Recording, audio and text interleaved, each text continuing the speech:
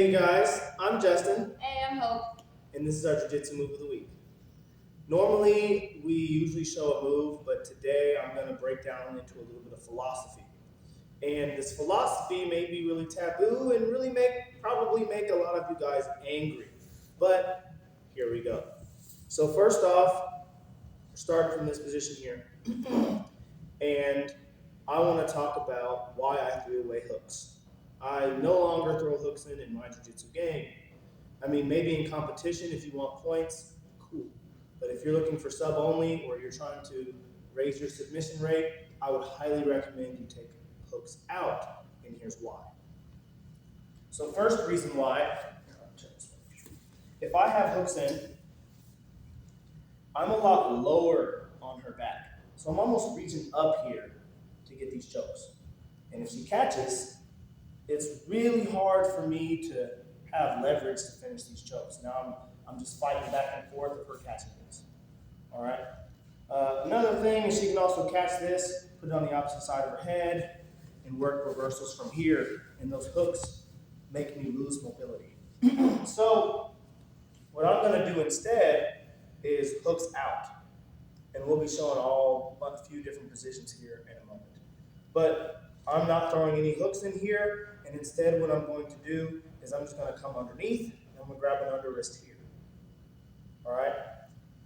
From this under wrist, now I can also stand. I have a lot of leverage here. Notice how I'm no longer way down here, reaching up. I'm now higher up, where I can leverage down and shoot this all the way through with a lot of leverage. I can even throw my weight into it if I want to get it. It's a lot easier for her to catch this if I'm lower versus up here. I can dive my weight through, then I can let this go, gable, squeeze for my finish. I find it to be fairly effective. I also have a few finishers from here. A lot of you guys will notice that in jiu-jitsu, if I have hooks in here, and let's say I do a traditional rear naked choke. What she's going to do is she's going to go back this way, get her back out to the floor, fight the top hand, and now she's out. So what I'm going to do, instead of going traditional here, where she can fight the top hand and then fight the next hand, I'm just going to go gable, and I can squeeze here for the finish. If it's someone really strong and you're a lot stronger than you, I have a few things called finishers. One of them I can stand up, get the tap. One of them I can take her straight back, get the tap.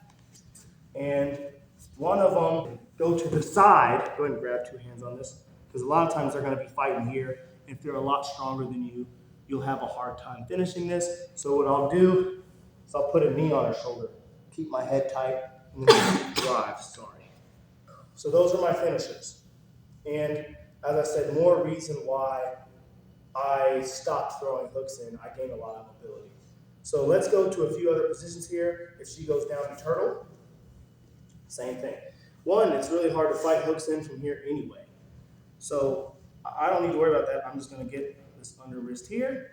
That's fairly easy to get, shoots right through. And I can literally use this as a lifeline. No matter which way I go, I can dive over the top, shoot this through, grab the shoulder, let this go, gable, squeeze. And I can also rotate to that finisher or rotate all the way around for another finish. Same thing from turtle. I love that leverage to dive that arm through versus if I was to just try to get this here, or even if I have hooks in, if I have hooks in here, now I'm almost too high. And she's easily catching these, and I have to get her broken down, and it's more of a hassle. Final position, we're here. Typically, a lot of times we'll end up here in a jiu-jitsu match. Where I have my hooks in, I'm right here, and what they'll do is they'll catch this hand if they're good, they'll put it on the opposite side of their head, and then they'll turn out, especially if they're a lot stronger than you. Like, it's hard to get your hand back once they catch that. So what I'll do instead is I'll take my same thing, get my under wrist here. That keeps me glued to her. So no matter where she goes, this keeps me stuck to her back. Now what I'm going to do is I get these kind of puppeteer hooks in the bottom, and now I can move her wherever I want, which typically I want to move her down. Right into this choke. I'm in deep here. I like to grab the shoulder, because once I grab the shoulder, she can get 2 hands on that. It's hard to pull that off. All I have to do is gable and then squeeze. And a lot of times what I can do from here, if they're a lot stronger, I can sit up and then take it straight back for the finish. A lot of different ways to finish on that, but the essential moral of the story is give it a shot. You'll notice you sub a lot more people. You have a lot more leverage to get that choke in versus you go, especially bigger, stronger guys, they're going to catch those things and it's going to be really hard to choke them. All right? Yeah, thanks.